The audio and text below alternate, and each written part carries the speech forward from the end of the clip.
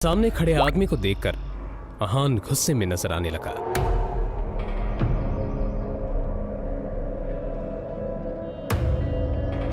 Mister Vikram, आप यहां पर क्या कर रहे हैं? यंग मास्टर,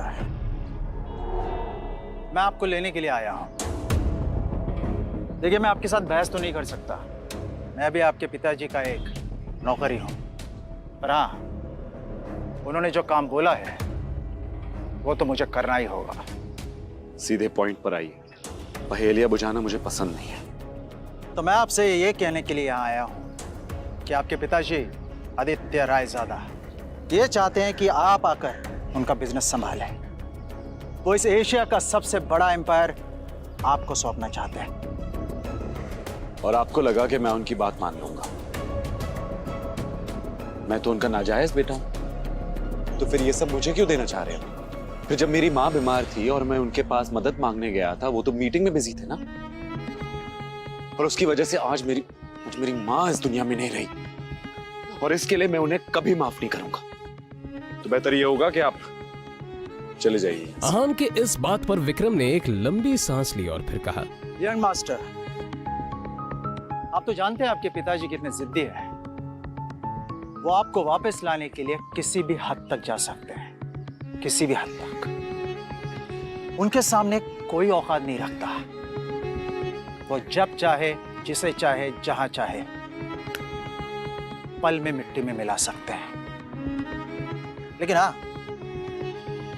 जो आपके साथ हुआ उसे आप भूल जाए और रायजादा ग्रुप को अपना ले। रायजादा तैयार है आपको वो सब कुछ देने के लिए जिसके आप हकदार हैं। अहान ने जैसे अपना आखिरी फैसला सुनाते हुए कहा, अब यहाँ से चले जाइए विक्रम, और जाके बता दीजिए कि मुझे उनकी दौलत में कोई इंटरेस्ट नहीं, और उनकी सारी दौलत भी मेरी माँ को वापस नहीं ला सकती। और हाँ, ये बात गलती से भी बाहर नहीं आनी चाहिए कि मैं रायजादा खानदान से हूं और रायजादा ग्रुप का मालिक मिस्टर आदित्य रायजादा का बेटा हूं। चलिए। विक्रम उसे जाता हुआ देखता रहा और फिर अपना मोबाइल निकालकर आदित्य रायजादा का नंबर डायल किया। दूसरी तरफ से आवाज आई, मुझे वो किसी हालत में चाहिए। उसके लिए जो भी रास्ता अपनाना है अपनाओ। मुझे अहान हर हालत में चाहिए।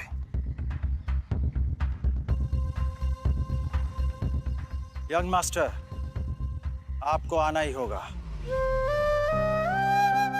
इधर अहान कुछ ही देर में अब अपने घर पहुंच चुका था। लगी घड़ी में देखा तो शाम के 7 बज चुके थे। अपने आसपास देखते हुए उसने कहा, तभी अचानक ही अहान का मोबाइल बज उठा। उसने स्क्रीन पर देखा तो यामिनी जी का फोन था। फोन उठाते ही दूसरी तरफ से आवाज आई, कहाँ थे तुम? हाँ, तुम्हें पता है ना, तुम्हारी वजह से मेरी सहेलियों के सामने मेरी कितनी बेइज्जती हुई है, और तुम्हारा फोन क्यों नहीं लग रहा है? हाँ? मैं अभी घर वापस आ गई हूँ। ये बताओ, तुम्हारा फोन क्यों नहीं लग रहा है? माँ जी, शनाया को लेने गया था, उसका फोन। तो फोन दो उसे, उसका फोन भी नहीं लग रहा है। लेकिन माँ जी, शनाया तो मेरे साथ नहीं आई। पर अभी तो तुमने कहा कि तुम उसे लेने गए थे। हाँ, मगर वो अपने किसी क्लाइंट के साथ। अहान का इतना ही कहना था कि तभी यामिनी जी उस पर चिल्लाते हुए बोली, रात होने को आई है और तुम कह रहे हो कि वो किसी क्लाइंट के साथ है? तुमने कुछ गड़बड़ की होगी, इसलिए तुम्हारे साथ वो आई नहीं। अच्छे दामाद तो तुम बन नहीं पाए, कम से कम अच्छी पति तो बनो। तुम्हारे पास 1 घंटा है, किसी भी तरह शनाया को ढूंढकर इस घर में वापस लाओ। अहान ने शनाया का नंबर डायल किया तो वो नहीं लग रहा था। अब सच में उसे शनाया की फिक्र होने लगी थी। Come on, Shanaya, pick up the phone. वो लगातार शनाया को फोन लगाता रहा मगर उसका फोन नहीं लगा। अब परेशान होकर अहान बाहर निकला।